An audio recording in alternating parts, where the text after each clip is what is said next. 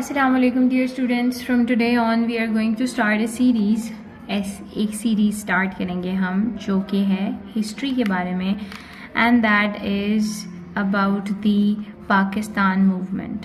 पाकिस्तान की क्रिएशन की तरफ हमारे पास जो स्टेप्स हैं वो सारे के सारे हम देखेंगे पाकिस्तान मूवमेंट के अंदर. और as you all know that Pakistan got independence on 14 अगस्त 1947. सो इससे पहले कितनी स्ट्रगल हुई, कैसे हुई, कौन कौन इन्वॉल्व थे, these are all the things which would be our topic. So this is the day one that we are going to start it. So I am going to start it from a long time, like I would just give a brief introduction about all those personalities. सबसे पहले हमें ये समझना ज़रूरी होगा कि India और पाकिस्तान के दरमियान में जो बेसिक डिफरेंस है, इंडिया और पाकिस्तान का जो बेसिक डिफरेंस है वो रिलीजियस डिफरेंस अगर कहा जाए तो that would be a very fair deal. ना what happened here is that कि अगर इससे पहले की बात की जाए तो जो हमारे पास यूनाइटेड इंडिया था, I would say the United India, जिसके ऊपर या फिर कॉलोनाइज्ड इंडिया था, इम्पेरियल इंडिया था, मुग़ल इंडिया था, उसके अंदर जो डिवीज़न थी वो मुसलमानों और हिंदुओं की ज़्यादातर थी रिलीजन की बेस पे. अब रिलीजन की बेस पे अगर डिवीज़न थी यहाँ पे, तो यहाँ पे इसका सलूशन क्या था? इसका सलूशन कुछ भी नहीं था. And they for centuries they stayed in this thing कि एक जो है डोमिनेट कर रहा है दूसरे के ऊपर, दूसरा पहले के ऊपर डोमिनेट कर रहा है and all. Now what happened here is that कि पाकिस्तान में like for example like the first, if I just list, so first person was sir Syed Ahmad Khan, जिनको ये कहा जाता है कि he was the person who worked to make the Muslims aware of their political rights. के मुसलमान अगर पॉलिटिक्स में इन्वॉल्व होना चाहते हैं तो उनके पॉलिटिकल राइट्स क्या हैं as a citizen of India. And now if it is British India, तो मुसलमानों के लिए कितना ज़्यादा ज़रूरी है एजुकेशन, कितनी ज़्यादा ज़रूरी है. उसके बाद अगर एजुकेशन इम्पॉर्टेंट है तो उसके बाद पार्टिसिपेशन कितनी ज़्यादा ज़रूरी है. ऑल दीज थिंग्स, पार्टिसिपेशन ज़रूरी है. उसके बाद जाके जब आप किसी चीज़ में पार्टिसिपेट करते हैं तो आप उस चीज़ का कोई होल्ड या वहाँ पे अपनी रिप्रेजेंटेशन रखते हैं. अगर आप घर बैठे रहेंगे और आप कहें कि हमें ख़ुद से सब कुछ मिल जाए तो this won't be happening. So basically this was the agenda that sir Syed Ahmad Khan tried to promote in the Muslims. Now what happened here is that Sir Syed Ahmad Khan was born in a very reputable family in India, or reputable family in India. So his family was kind of aware of the things which were going on. So उन्होंने sir Syed Ahmad Khan की जो education थी उसके ऊपर बहुत ज़्यादा emphasise किया. Sir Syed Ahmad Khan ने अर्ली एज में ही बहुत ज़्यादा कमांड हासिल कर ली बहुत सारी लैंग्वेजेस में. और उन्होंने जब इस चीज़ को नोटिस किया, like he noticed what like the problems are.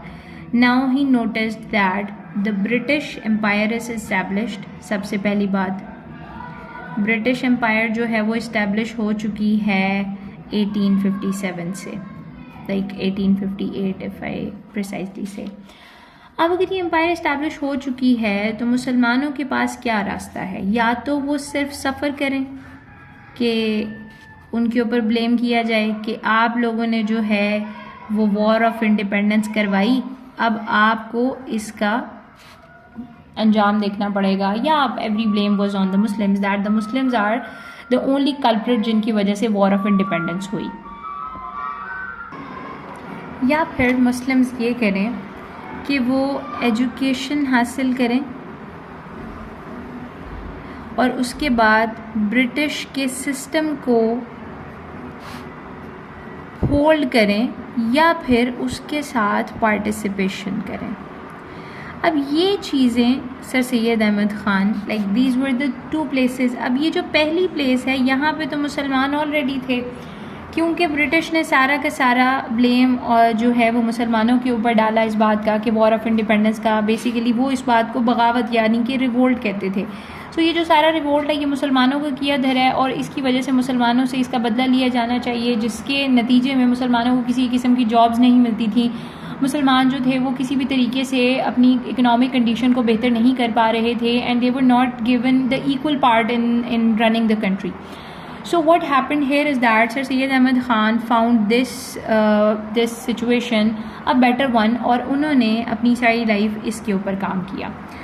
अब सबसे पहले अगर मैं सर सैयद अहमद ख़ान के काम के बारे में देखूं तो सर सैयद अहमद ख़ान ने स्टार्टिंग फ्रॉम पहले तो उन्होंने ये सोचा कि ब्रिटिश जो हैं उनको इस बात की रियलाइजेशन होनी चाहिए. ब्रिटिश को कन्विंस करने का सोचा, उनको इस बात के ऊपर रियलाइज़ कराने का सोचा that Muslims are not the only cause of war of independence. It was their false policies which led to the war of independence. ऐसा नहीं है कि मुसलमान जो हैं वो सिर्फ इसलिए जंग कर रहे थे कि पहले हम जो थे वो मुग़ल्स थे, हम रूलिंग क्लास में थे, तो अब हमसे इन इंट्रूडर्स ने या फिर इन इन्वेडर्स ने हमारा एरिया ले लिया तो अब हमने इसको वापस लेना है. नहीं, बल्कि जब ब्रिटिश के इस तरीके के रूल्स एंड रेगुलेशंस थे, जैसे कि डॉक्ट्राइन ऑफ लैप्स हो गया, जैसे कि सोशियो पॉलिटिकल चेंजेस जो भी ब्रिटिश कर रहे थे सोसाइटी के अंदर, उसके अंदर रिलीजियस कन्वर्जन्स हो सकती हैं, उसके अंदर बहुत सारी चीज़ें आ जाती हैं. तो ये सारी चीज़ें भी कॉज हैं वॉर ऑफ इंडिपेंडेंस का या फिर मुसलमानों के ब्रिटिश के इतना ज़्यादा ख़िलाफ़ हो जाने का. अब ये बात किसी ना किसी को तो ब्रिटिश को समझानी थी. तो sir Syed Ahmad Khan took the charge. Sir Syed Ahmad Khan because he was also educated, so he knew कि एजुकेशन की क्या इंपॉर्टेंस है. सबसे पहले उन्होंने ब्रिटिश को कन्विंस करने के लिए एक पम्फलेट लिखा that was the causes of Indian revolt. अब इसके अंदर इन्होंने वो सारी बातें लिखी कि कैसे जो आपकी false policies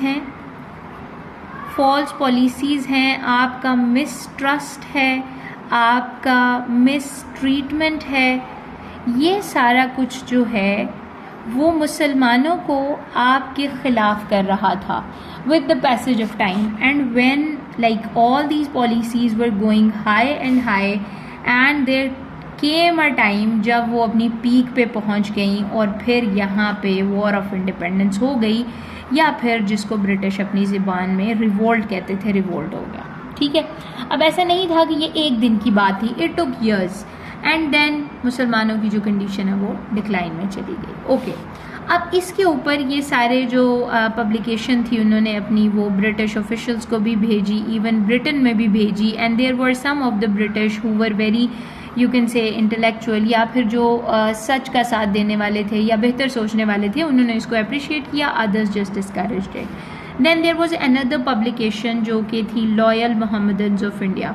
Loyal Mohammedans of India basically it was a publication जिसके अंदर सर सैयद अहमद ख़ान ने ये बताया कि not every Muslim was against the British in that time. हर मुसलमान उनके अगेंस्ट नहीं था, बल्कि there were some of the Muslims who were protecting their families in areas जहाँ पे ब्रिटिश की होल्ड नहीं है और वो सराउंड कर लिए गए हैं ऐसी हॉस्टाइल सिचुएशन से. तो वो मुसलमानों ने उन ब्रिटिश फैमिलीज़ को वहाँ से रेस्क्यू किया.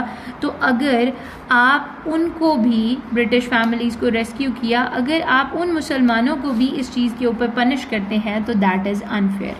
इस तरीके से उन्होंने ब्रिटिश को कन्विंस करने की कोशिश की. Again British were not the only one जो कि ये सोचते थे कि मुसलमान ख़राब हैं या मुसलमान ठीक नहीं है, मुसलमान भी ऐसी ही फीलिंग्स रखते थे. तो सर सैयद अहमद ख़ान ने मुसलमानों को भी इस बारे में मिसअंडरस्टैंडिंग जो थी उसको क्लियर कराया और उनको इस बात के साथ अवेयर करवाया कि not all the British now we are under the British empire.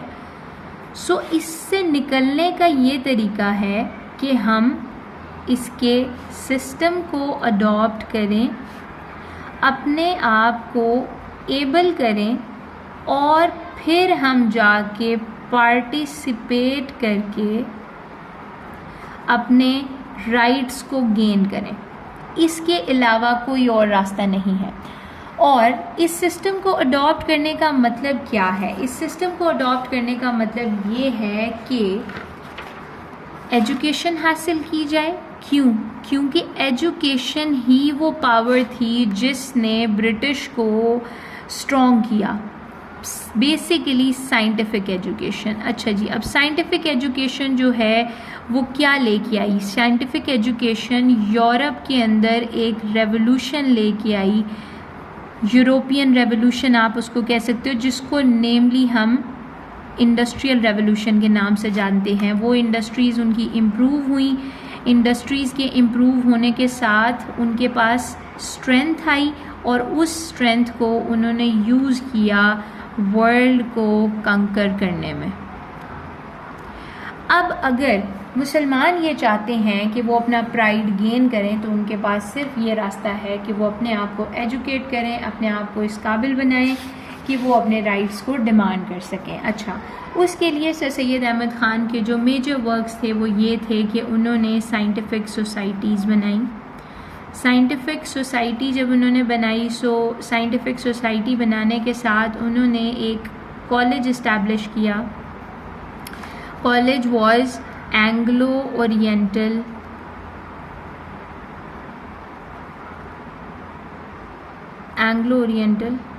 College, MAO college, Mohammedan Anglo oriental college. It's okay, teachers can also forget. Mohammedan Anglo oriental college है। अच्छा, अब ये कॉलेज इस्टेब्लिश किया गया। Ultimately 1920 में जाके इस college को यूनिवर्सिटी का नाम दे दिया गया and it was called as the Aligarh university. Aligarh जो जगह थी वहाँ से ये सारी मूवमेंट स्टार्ट होती है और इस मूवमेंट को, जो एजुकेशनल रिफॉर्म मूवमेंट आप कह सकते हैं, उसको अलीगढ़ मूवमेंट भी कहा जाता है।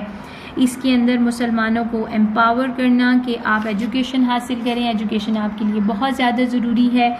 These were all of the things which were done here. अच्छा, अब जो सबसे इम्पॉर्टेंट काम सर सैयद अहमद ख़ान का था, जिसको कहा जा सकता है कि वो पाकिस्तान की क्रिएशन के साथ डायरेक्टली लिंक करता है, to nation theory.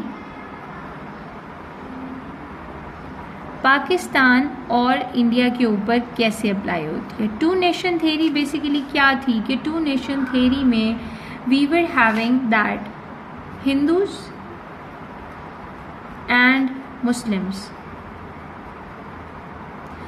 Are separate nations. कैसे सेपरेट हैं?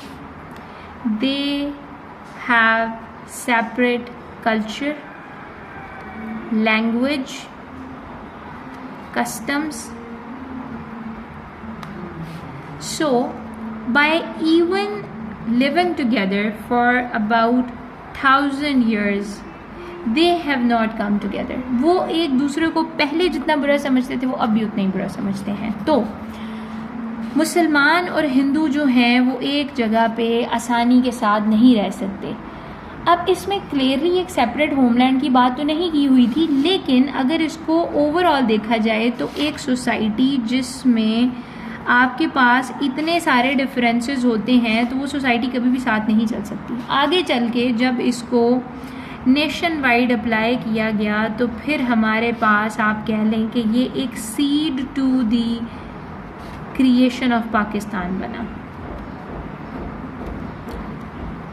So this was the part that Sir Syed Ahmad Khan played. I would suggest you to read more about it, then you will get to know कि Sir Syed Ahmad Khan के मज़ीद works क्या हैं। Overall जो main works थे वो मैंने आपके साथ यहाँ पे डिस्कस कर लिए हैं। Further on in the next video we are going to cover, like what we are going to cover is that the part of reforms जो के होते रहे, Qaid's part in this, and the part of League.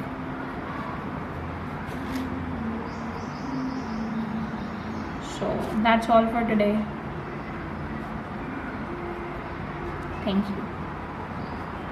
And thank you my appreciation from Argentina, Colombia, and one day it was from London. Thank you.